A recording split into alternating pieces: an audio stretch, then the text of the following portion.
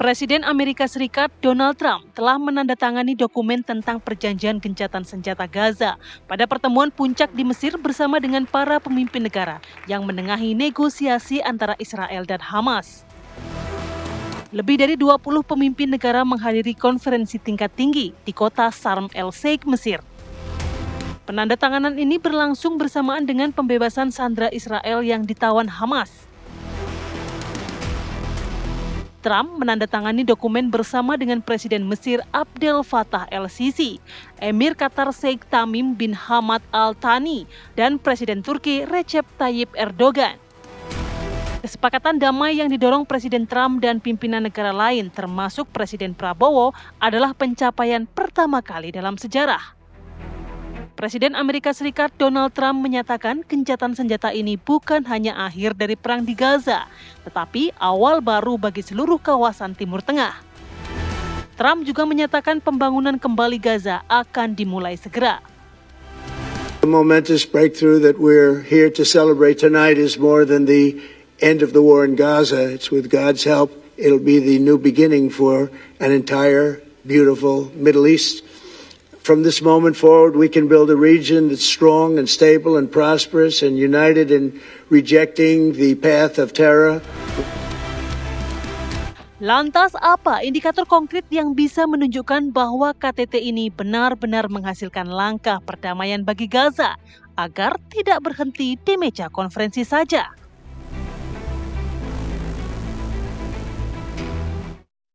Ya, Indonesia tentunya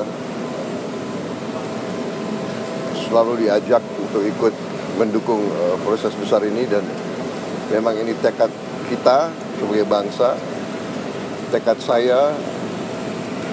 Puluhan tahun saya membela Palestina, puluhan tahun sejak saya masih muda kita terus-menerus mendukung kemerdekaan Palestina, rakyat Palestina. Dan alhamdulillah ya kita bisa berbuat. Indonesia selama ini aktif. Kita kirim bantuan, kita kirim kapal, kita kirim Hercules berkali-kali. Saya kira rakyat Palestina dan rakyat Timur Tengah melihat bagaimana komitmen Indonesia. Ya, walaupun sebenarnya ada beberapa fase yang akan dilakukan, ini melihat dari 20 poin yang disampaikan oleh Donald Trump nantinya, tapi kita berharap ini akan permanen, bukan hanya gencatan senjata yang diakui sejumlah pihak, tapi benar-benar direalisasikan juga oleh pihak Zionis Israel pastinya, ya. Kita akan membahas mengenai hal ini dengan narasumber yang sudah hadir di studio. Sudah ada Bapak Teguh Reza Syah, pengamat hubungan internasional dari Universitas Pajajaran Bandung. Selamat pagi, Assalamualaikum Bapak. Assalamualaikum, selamat pagi. Kemudian juga sudah ada Mas Anan Nurdin, pengamat Timur Tengah. Selamat pagi, Assalamualaikum Mas Anan. Selamat pagi, Assalamualaikum. Pagi, selamat. Dan juga sudah bergabung bersama kami via Zoom, sudah ada Wakil Ketua MPR RI, Bapak Hidayat Nur Wahid. Assalamualaikum, selamat pagi. Assalamualaikum, Pak Hidayat Nur Wahid. Waalaikumsalam, selamat pagi semuanya. Selamat pagi. Saya mau ke Pak Hidayat dulu, Pak. Kalau melihat juga Indonesia benar-benar datang langsung ke KTT Mesir untuk juga membuktikan bahwa Indonesia akan terus mengawal nantinya perdamaian yang terjadi antara Israel dan juga Palestina. Sejauh ini apa komitmen, apa langkah konkret yang dilihat dari pemerintah Indonesia ini, Pak? Seperti apa nantinya? Ya, pertama tentu kita menyampaikan selamat dan apresiasi ya kepada diplomasi aktif yang dilakukan oleh Presiden Prabowo untuk apa yang tadi beliau sampaikan yang sudah ditayangkan oleh TV One.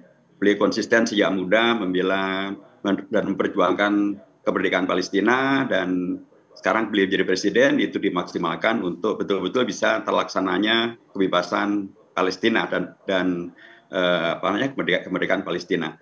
Dan ini adalah satu hal yang sangat dipentingkan karena selalu dinyatakan Indonesia punya utang sejarah yaitu kemerdekaan Palestina.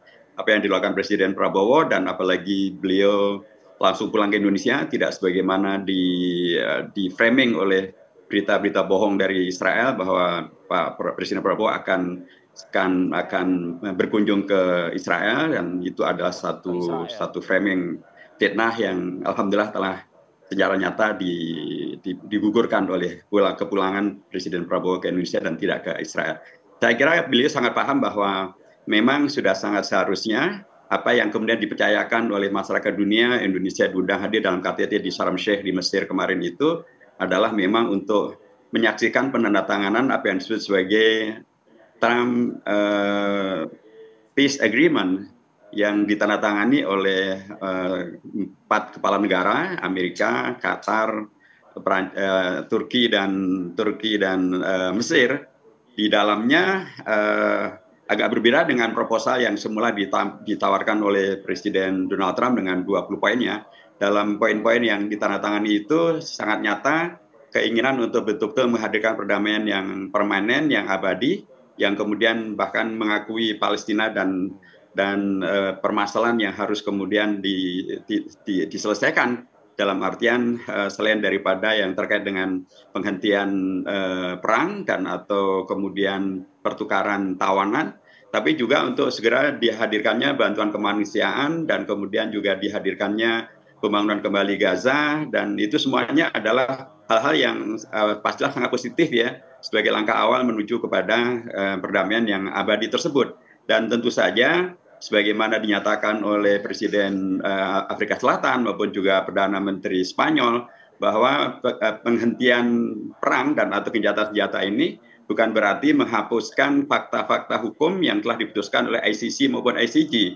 Sehingga dengan demikian maka semestinya dalam rangka justru menghadirkan perdamaian yang abadi dan betul-betul menghadirkan apa yang disampaikan oleh Presiden Prabowo yaitu kemerdekaan Palestina, betul-betul akan bisa terwujud dengan cara-cara yang betul-betul sesuai dengan aturan hukum internasional dan tidak malah dikubur dengan janji seolah-olah ada perdamaian, padahal ternyata ada pengabaian terhadap hukum internasional dan bahkan mungkin ada pengabaian terhadap pengakuan dari 156 negara anggota PBB untuk kemerdekaan Palestina secara sepenuhnya. Baik, Pak Haidarul Wahid, kita akan berlanjut ke Anda lagi, tapi saya ingin juga mendengarkan pandangan dari Pak Teguh Reza Shah selaku analis ya dari hubungan internasional. Deklarasi ini artinya kan menyampaikan semacam komitmen. Meskipun tidak ada perwakilan Israel yang membubuhkan tanda tangan di situ. Saya langsung saja mungkin poinnya begini Pak Teguh Reza Shah. Bila mana terjadi lagi tembak-menembak atau berjatuhan lagi korban atau ada penyetopan lagi bantuan yang saat ini sudah mulai dirasakan ya Mas Anan ya, bantuan sudah mulai masuk.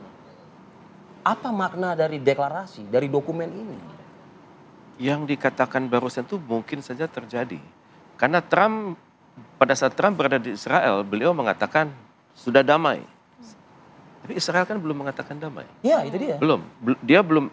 Netanyahu belum mengatakan di istananya atau kantor kepresidenannya, dan dia juga belum mengatakannya di Knesset, di parlemen. Dan juga dia belum berbicara dengan umum.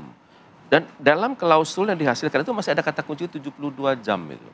Di 72 jam ini kan ada itemsnya, pertama deradikalisasi, kemudian teroris harus keluar, kemudian juga bantuan bisa masuk. Baru nanti di situ dikatakan setelah Israel puas dengan itu, 72 jam kemudian baru dia akan menarik pasukan. Ini kan yang masih panjang ini. Kemudian juga dalam klausul yang disampaikan di Sharm el-Sheikh itu juga tidak dikatakan Palestina yang merdeka dan bersatu. Tidak ada kata kunci itu. Jadi kita semua terjebak dengan detail, tapi lupa kerangka yang lebih besar, yakni Palestina yang merdeka, berdaulat dan Jadi bersatu. ini hanya di atas kertas saja? Saya pikir begitu, masih panjang. Tapi bagaimanapun kita harus hargai. 20-an negara sudah bekerja keras untuk mengupayakan mungkin belum perdamaian, tapi kekerasan itu hilang dulu ya. Kemudian hak-hak dasar masyarakat Palestina itu diwadahi, kemudian bantuan bisa masuk. Itu sudah merupakan pencapaian. Tapi kan kita perlu tahap-tahap kan. Sampai tahap mana Israel itu benar-benar menarik pasukannya. Sampai tahap mana nanti misalnya persiapan untuk Palestina merdeka bersatu itu diwujudkan. Ini masih panjang. Jadi kita baru berbicara tentang hasil-hasil jangka pendek, kita lupa bahwa ada tujuan yang lebih besar. Jadi perdamaian yang abadi di Timur Tengah, persis seperti yang dikatakan oleh Bayangan Mesir. saya itu kan begini, gencatan senjata itu sudah sering terjadi antara Israel dan Palestina. Ya baik itu yang dimediasi oleh Qatar ataupun juga Mesir. Tapi ini ada 20 loh pemimpin negara. Dan ini kalau dikatakan kaliber atau levelingnya ini leveling wahid begitu ya Mas Anan ya bisa dikatakan. Bahkan Presiden Trump sendiri pun juga turun langsung. Dan juga beberapa negara yang seperti Emmanuel Macron dan lain sebagainya. Artinya perlu kehati-hatian kedua negara ini, Israel maupun juga Palestina, terutama Israel, terutama Zionis begitu, untuk melakukan kembali hal-hal yang bisa mencederai dokumen tersebut. Dia bisa lakukan itu karena dia belum. Mengingat posisi Trump juga sudah membackup kan seharusnya. Iya, tapi kan Trump seringkali tidak bisa menekan Israel. Jadi seringkali Israel itu berbicara dengan standar ganda ya. Israel belum menanggapi loh hasil dari KTT itu pertama. Dan kita juga belum mendengarkan tekanan Trump kepada Israel bahwa Anda ada dalam tengah waktu tertentu harus benar-benar menyatakan persetujuan atas kesepakatan kami. Kedaulatan negara Palestina gitu. Itu nanti. Israel tidak akan pernah mengakui kedaulatan Palestina. Yang ada dalam bagi Israel. Meskipun parlemennya menuntut pada saat itu. Biasalah mereka berbicara double talk ya. Hari ini tempe, besok tahu dan sebagainya kan. Bagi Israel yang penting adalah terwujudnya Palestina Greater Israel ya. Israel Raya.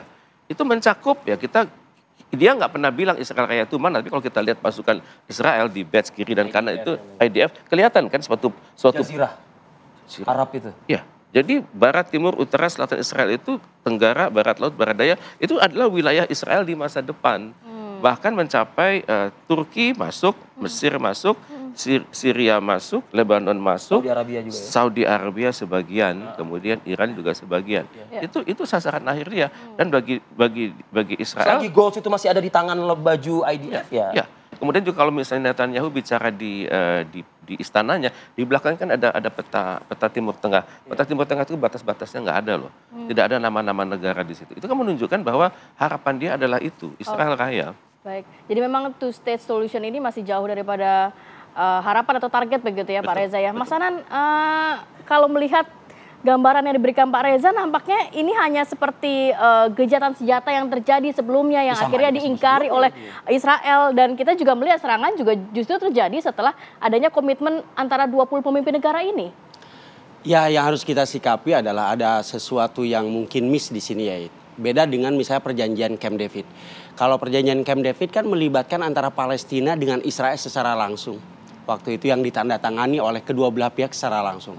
Nah sekarang yang missnya adalah kita, misalnya dunia ini sekarang menuntut Israel, tapi Israelnya tidak ada. Ya, Israel dan juga Palestina tanda tangan. Sehingga memang mungkin secara cover kita bisa mengatakan ya respect terhadap negara-negara yang terlibat di sini. Ada Mesir, ada Qatar, ada Turki dan Amerika Serikat. Kita mengapresiasi. Poin pertama seperti kata Dr. Reza tadi, yang penting perang berhenti dulu. Itu mungkin poin pertamanya. Secara cover, kemanusiaannya terpenuhi dulu. Ya, hak-hak dasar kemanusiaannya terpenuhi dulu. Secara cover itu memang sepertinya sebuah harapan yang sangat optimis gitu ya untuk menghadapi gencatan senjata ini. Tetapi kalau kita lebih dalam, kalau orang-orang Timur Tengah itu mengatakan Al-Fajr Al-Kadhib. Apa itu Mas? Al-Fajr Al-Kadhib itu adalah, kalau kata Trump itu dikatakan adalah pagi yang cerah untuk perdamaian, dengan perdamaian. Sementara orang-orang Timur Tengah ini adalah ini pagi yang yang suram kelam. Sebetulnya yang kelam. Kenapa? Karena proses di dalamnya itu sangat rumit yang serumit apa Mas Anan? Ya begini misalnya. Israel ketika masuk ke Gaza yang bikin rumitnya adalah Israel juga membuat pasukan khusus yang mereka danai dan mereka senjati yang berasal dari orang-orang Palestina khusus. Jadi semacam pasukan disebutnya itu militerisasi orang-orang sipil yang dibiayai dan disenjatai oleh Israel. Ini yang hari kemarin oleh Hamas mereka dieksekusi. Karena mereka adalah orang-orang yang memang didanai dan disenjatai oleh Israel untuk menggantikan mereka ketika Israel keluar. Nah, ini bikin rumit keadaan. Mereka menjadi geng, mereka menjadi yang justru menjadi akhirnya yang terjadi nanti akan terjadi semacam perang saudara di dalam. Karena Israel tadi sudah masuk dan mempersenjatai mereka. Nah ini kan bikin nambah rumit. Lah, begitu ya. Ya mengadu domba di antara ini kan nambah rumit permasalahan di dalamnya. Selain sekarang kan ada semacam kekosongan pemerintahan. Ketika salah satu isinya adalah bagaimana misalnya Hamas harus melucuti senjatanya. Walaupun Hamas tidak setuju untuk melucuti senjatanya. Mereka hanya mengatakan kita siap menonaktifkan. Kita siap membekukan, tapi tidak melucuti. Ini kan dua framing yang berbeda ya, Dokter ya. Dua framing yang berbeda. Antara melucuti dengan membekukan itu beda. Ketika membekukan ya mereka menonaktifkan senjata, disimpan di gudang. Bisa diaktifkan kembali sewaktu-waktu. Bisa diaktifkan, suatu saat misalnya Israel ternyata melanggar, mereka bisa ambil lagi. Ini beda dengan di Aceh misalnya. terjadi perdamaian di Aceh yang abadi sampai hari ini. Itu kan dilucuti 100%. Tapi kalau Hamas tidak mau, tidak akan siap. Tapi kurang intervensi dari negara-negara saat ini kepada Israel dan juga Palestina untuk menghentikan segera pertikaian. Sekarang sebetulnya tekanannya itu lebih kepada Hamas, bukan kepada Israel. Israel seolah-olah tidak tersentuh. Misalnya di poin-poin perjanjiannya adalah bahwa harus tidak ada kekerasan, tidak ada teroris, tidak ada yang dilakukan oleh Hamas. Sebelah dong berarti, Mas. Iya, tekanannya itu ke situ, tidak boleh mengangkat senjata, harus menjamin kedamaian Israel. Tapi tidak ada tekanan misalnya kepada Israel bagaimana, walaupun ada poin setelahnya itu harus ada semacam dialog antar agama, antara Kristen, Yahudi, dan Islam di kawasan seperti itu, bagaimana memahamkan. Karena kalau dikatakan militan, ya di Israel juga ada militansi yang sayap kanan yang ortodok gitu kan, seperti kita tahu sekarang yang mendukung penuh Benyamin Netanyahu itu adalah orang-orang politisi sayap kanan yang militan. Tapi sementara ini framing medianya bahwa militan itu hanya terjadi di Palestina, hanya terjadi di Hamas. Padahal di Israel sendiri ya militansi itu ada. Makanya tadi kita katakan bahwa sulit untuk mengakui negara Palestina itu akan sulit. Sekarang di covernya saja seperti sebuah harapan. Tapi kalau kita lihat survei terbaru kemarin ketika ini ditandatangani. Survei kepada warga Palestina dan kepada warga Israel. Ya, gitu dikatakan. Sejauh mana Anda optimis dengan perjanjian ini, dengan gencatan senjata ini? Itu hanya 23%. Orang Israel yang percaya ini akan langgeng. Dan hanya 21% orang Palestina percaya ini langgeng. Ini menandakan bagaimana rasa pesimis yang sangat luar biasa. Itu yang terjadi di kawasan. Mungkin bagi kita, ya kita memang mengapresiasi. Mereka belum melihat peran serta 20 negara itu hadir di tempat mereka, begitu kali ya? Karena 20 poin itu tidak ada yang menyentuh poin inti dari apa yang terjadi di Palestina dan Israel. Baik, kalau gitu bagaimana mungkin Pak Hidayat Nur Wahid mendorong agar Indonesia memiliki diplomasi yang bisa menjawab poin-poin yang disampaikan oleh Pak Teguh Reza Shah dan juga Mas Ana Nurdin. Sesaat lagi Pak Hidayat kami akan menyapa kembali Anda. Kami akan jeda dulu sejenak, kami akan kembali saat lagi. Tetaplah bersama kami di Apa Kabar Indonesia Pagi.